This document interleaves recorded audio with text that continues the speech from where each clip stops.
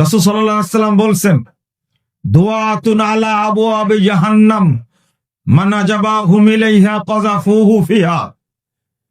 সাহাবীরা শোনো, এক শ্রেণীর আলেম, বহু দায়ী জাহান্নামের দরজায় দাঁড়িয়ে থেকে বলবে, এই দিকে আসো, তোমাকে জান্নাত দেব, এই দিকে আসো, আমার কথা শোনো, জান্নাত দেব।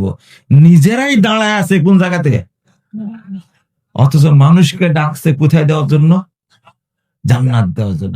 মান আজাবাহুম ইলাইহা কাযাফুহু ফিহা, ওদের ডাকে যেই সাড়া দিবে তাকে ধরে তারা জাহান্নামের মধ্যে আছাড় মারবে।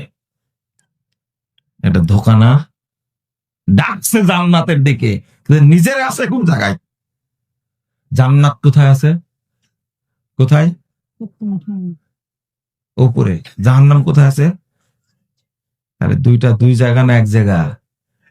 এরা দাঁড়ায় আছে জাহান্নামের দরজায়, অথচ ডাকছে জান্নাত দিবে, দিকে আসো। কোথায় দিবে?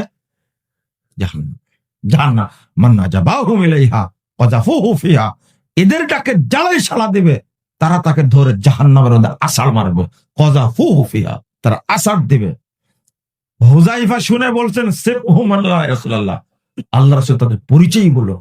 আল্লাহ রাসূল বলছেন, হুম মিন জিলদাতিনা ওয়া ইয়াতাকাল্লামুনা বিআলসিনাতিনা।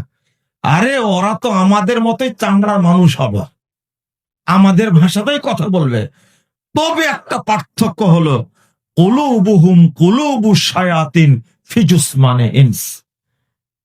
দেখতে লাগবে মানুষের মতো, বড় আলেম, কিন্তু ভিতরটা হবে ইবলিস শয়তানের। এবার কি বুঝতে পারেছেন মানুষ শয়তান কারা? তাও বুঝেননি মনে হয়।